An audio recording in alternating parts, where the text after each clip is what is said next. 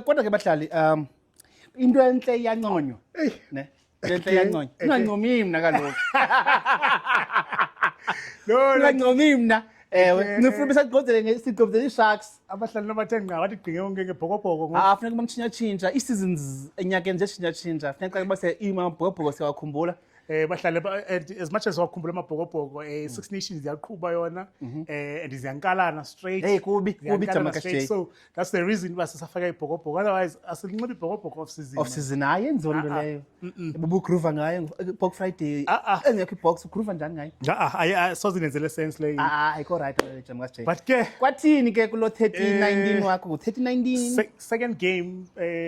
when the punishes Thomas ke ngoku Kings Park ekhaya ke ngoku Shark awuna confidence awuna confidence okrebe la nto ithi fear the fin ibonakele phayana fear the fin yani iSharks azondawo yogulela wena iSharks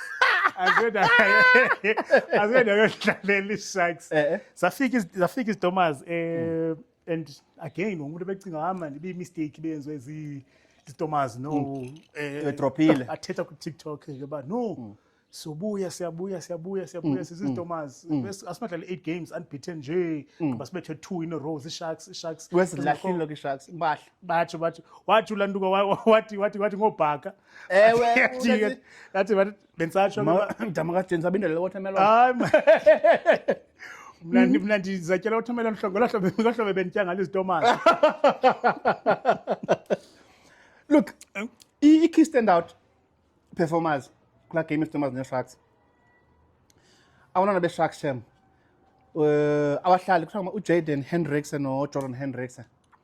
They play Springbok rugby in those 2 games. I-chemistry icacaba zii-brothers and zidlala zoyi-2 xesha elide i-chemistry and ngithi makasiyeshi njengoba sinqoba into zebhokobhoko nje ke abahlali uRuss ikhona instruction ekhutshiweyo uRuss la press conference yakhe yokugqibela ethetha ngoba i-future box shem abantwana banikile i-playbook lanto besithi kuwe ibinikwe Evan Ross noChituka yeah uHendricks unikile i-playbook naye ujongiwe naye uba kwaba 9 yabo because yena he brings a different dynamic.